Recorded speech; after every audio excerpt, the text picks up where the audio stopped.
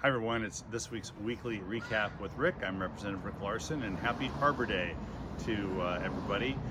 We have a variety of tree species in Washington State that we celebrate, between our state tree, which I think is the western hemlock, to my favorite tree, the western red cedar, of course the Douglas fir, got the cherry tree here, and a few others that frankly I don't know what they are. But I want everyone to celebrate Arbor Day and have a good time today. So I did a variety of meetings today. Just today I was over in Langley and met with the Orca Network at the Langley Whale Center to discuss some federal funding it was awarded to track and to conserve marine mammals. Also visited a solar panel installation in Langley, a small business commercial building that was using some Rural Energy Assistance Program money to put solar panels on their building, and they are now both producing power and using that power as well because of this REAP grant they were able to get. I attended the grand opening of Port of Edmonds' new administration building. Now, what's so great about a building? Maybe not much. It is a new building, but what it allows the Port of Edmonds to do is to redevelop their waterfront. The side of the old building will become a public plaza. That's phase 2.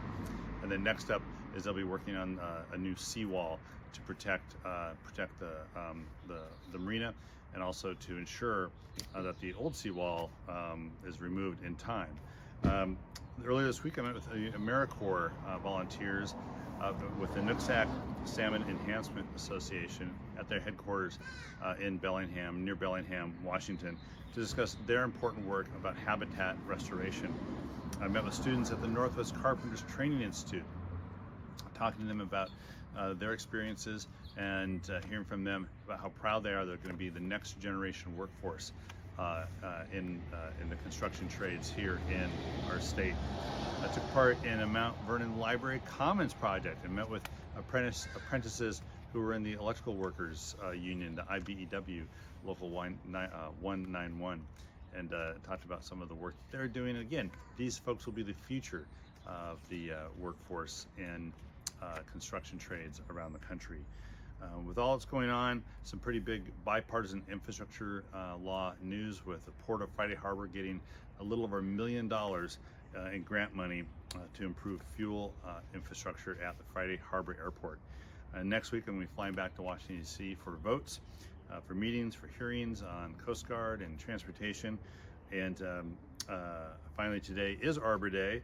It's a fitting conclusion to Earth Week. Here in our district, we are home to 8 Tree City USA communities, which demonstrate increased levels of tree care and community engagement. Anacortes, Bellingham, Edmonds, Everett, Linwood, Oak Harbor, the town of Friday Harbor, and the town of Woodway. Finally, I just want to say one thing and express my condolences to the family of Representative Don Payne Jr. from New Jersey. Don is a longtime member of the Transportation Committee, great member, did a lot of work on rail safety, was really the leader in trying to get rail safety bill passed. We need to keep his legacy alive. He died